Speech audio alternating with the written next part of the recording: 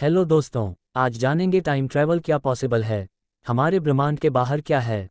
यह ऐसा सवाल है जिसका ठोस जवाब फिलहाल विज्ञान के पास भी नहीं। हम अभी अपने ब्रह्मांड के ही अनगिनत रहस्यों को नहीं सुलझा पाए हैं। साइंटिस्ट मानते हैं कि हमारा ब्रह्मांड अनंत है और इसका कोई छोर नहीं। ऐसे में ब्रह्मांड के बाहर क्या है, इसका अनुमान लगाना भी काफ़ी मुश्किल है। लेकिन इससे जुड़ा एक कॉन्सेप्ट काफ़ी लोकप्रिय है, मल्टीवर्स यानी ढेर सारे ब्रह्मांड। मल्टीवर्स शब्द से लगता है कि यह विषय काफ़ी आधुनिक है, लेकिन इस अवधारणा का जिक्र हिंदू माइथोलॉजी में भी है। महर्षि वाल्मीकि के लिखे योग वशिष्ठ या फिर महारामायण को अद्वैत वेदांत के सबसे महत्वपूर्ण ग्रंथों में से एक माना जाता है। इसमें न सिर्फ मल्टीवर्स बल्कि टाइम ट्रैवल जैसे आधुनिक सिद्धांतों की भी झलक मिलती है। योग वशिष्ठ के बारे में आगे जानने से पहले मल्टीवर्स के कॉन्सेप्ट को थोड़ा समझ लेते हैं। मल्टीवर्स थियरी के मुताबिक हमारे ब्रह्मांड के बाहर भी इसी तरह के अनगिनत ब्रह्मांड हैं। उन सभी में हमारे प्रतिरूप हैं। किसी भी कार्य के जितने संभावित परिणाम होते हैं, ब्रह्मांड का उतने ही भागों में विभाजन हो जाता है। मिसाल के लिए, आप 12वीं का एग्जाम पास करने के बाद मेडिकल की पढ़ाई करते हैं और डॉक्टर बन जाते हैं। लेकिन किसी और ब्रह्मांड में आपका प्रतिरूप कोई दूसरा विषय पढ़ता है और स्कूल टीचर बन जाता है। किसी अन्य ब्रह्मांड में एग्जाम में फेल होकर या पढ़ाई छोड़कर कोई दूसरा काम भी करने लग सकता है। यानी इंसान के किसी एक कार्य के अनगिनत संभावित परिणाम हो सकते हैं और उसी के हिसाब से मल्टीवर्स चलता है। अब योग वशिष्ठ की बात करें तो यह महर्षि वशिष्ठ और भगवान राम के बीच संवाद पर आधारित ग्रंथ है। ऋषि वाल्मीकि ने इसे सिर्फ लिपिबद्ध किया।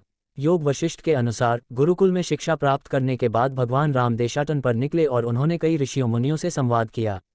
इससे श्री राम को वैराग्य हो गया। उन्हें लगा कि यह पूरा संसार मिथ्या है और वह जितना जल्दी हो सके इसे छोड़कर जाने पर विचार करने लगे। जब महर्षि वशिष्ठ को इसका पता चला तो उन्होंने भगवान राम के सभी प्रश्नों के उत्तर देकर उनका वैराग्य दूर किया। इसमें वशिष्ठ ने विस्तार से बताया कि सृष्टि की उत्पत्ति कैसे हुई, ये ब्रह्मांड कैसे कार्य करता है। इसी दौरान उन्होंने भगवान राम को एक कथा सुनाई जिसमें मल्टीवर्स और टाइम ट्रैवल जैसी चीज़ों का जिक्र है। ये कहानी है राजा पद्म और उनकी रानी लीला की। रानी लीला अपने पति से अत्यधिक प्रेम करती थीं। वह नहीं चाहती थीं कि राजा की कभी मृत्यु हो, लेकिन एक युद्ध के दौरान राजा पद्म की मौत हो गई। रानी लीला ने मां सरस्वती की घोर तपस्या करके उन्हें प्रसन्न किया और उनसे अपने पति को जीवित करने का अनुरोध किया।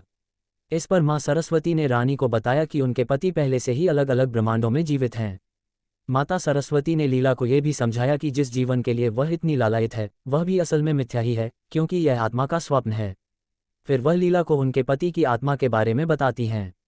देवी सरस्वती कहती हैं कि किसी दूसरे ब्रह्मांड में एक ब्राह्मण था।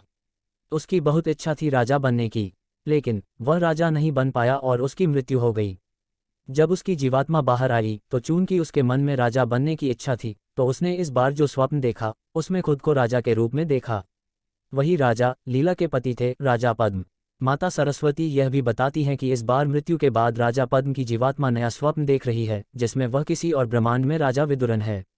और यह एक ही जीव के अनंत स्वप्न हैं जो एक साथ घट रहे हैं, यानी कि स्वप्न के अंदर स्वप्न के अंदर स्वप्न चल रहा है, जैसा कि मशहूर फिल्मकार क्रिस्टोफर नोलन की फिल्म इंसेप्शन में दिखाया गया है।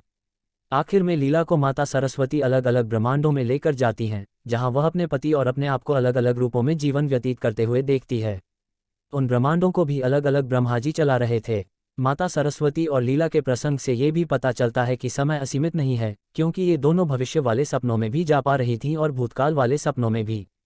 जबकि 17वीं सदी में गुरुत्वाकर्षण की खोज करने वाले महान साइंटिस्ट आइजैक न्यूटन तक का मानना था कि समय असीमित है, यानी इसकी गति सबके लिए एक समान रहती है, फिर चाहे कोई धरती पर हो या फिर ब्रह्मांड के किसी और कोने में। लेकिन बाद में एल्बर्ट आइंस्टीन ने सिद्ध किया कि टाइम एब्सोल्यूट नहीं बल्कि रिलेटिव है। मतलब कि यह स्पेस और ग्रेविटी के हिसाब से हर किसी के लिए अलग अलग हो जाता है। इस चीज़ को हिंदू माइथोलॉजी के एक अन्य ग्रंथ भागवत पुराण में काफ़ी अच्छे से समझाया गया है, वैवस्वत मनु के कुल के राजा रेवत के जरिए। राजा रेवत की एक अति सुंदर पुत्री थी, रेवती। राजा अपनी बेटी के सुयोग्य वर चाहते थे, लेकिन जब कोई वर नहीं मिला तो वह अपनी बेटी को लेकर परमपिता ब्रह्मा का सुझाव लेने ब्रह्मलोक गए। उस वक्त वहां गंधर्वों का संगीत चल रहा था। उसके समाप्त होने के बाद राजा रेवत परमपिता ब्रह्मा से मिले और अपनी बेटी के लिए योग्य वर के बारे में पूछा। राजा रेवत ने कुछ राजकुमारों के बारे में भी बताया जिन्हें उन्होंने अपनी बेटी के लिए देख रखा था। ब्रह्मा जी ने मुस्कुराते हुए कहा कि रेवत, आपने जिन राजकुमारों को देखा है वे सभी अब जीवित नहीं। वे क्या, उनकी बहुत सारी पीढ़ियों का अंत हो गया। उसका कारण यह है कि जितना वक्त आपने मेरे इस ब्रह्मलोक में बिताया है उतने में पृथ्वी पर कई युग बीत गए हैं। ब्रह्मलोक और पृथ्वीलोक में समय की गति अलग अलग है। ब्रह्मा ने कहा कि अब धरती पर द्वापर युग चल रहा है और इस समय भगवान श्री कृष्ण के भाई बलराम आपकी पुत्री के लिए सबसे योग्य वर हैं। वापस योग वशिष्ठ की बात करें तो इसमें ऋषि काकभूसुंडी का प्रसंग टाइम ट्रैवल के बारे में भी बताता है। काकभूसुंडी समय की चक्रीय प्रकृति का उल्लेख करते हुए बताते हैं कि उन्होंने किस तरह अलग अलग परिणामों के साथ रामायण को 11 और महाभारत को 16 बार देखा है। ये बिल्कुल वैसा ही है जैसा कि मार्वल स्टूडियो की फिल्म एवेंजर्स इन्फिनिटी वॉर में दिखाया गया। इसमें डॉक्टर स्ट्रेंज का किरदार टाइम स्टोन की मदद से भविष्य में जाकर मुख्य खलपात्र थेनोस के साथ लड़ाई के करीब 1.5 करोड़ नतीजे देखता है, जिसमें उसके दल की सिर्फ एक ही बार जीत होती है। आज के वीडियो में इतना ही। ये वीडियो पसंद आया तो चैनल को सब्सक्राइब जरूर करें। धन्यवाद।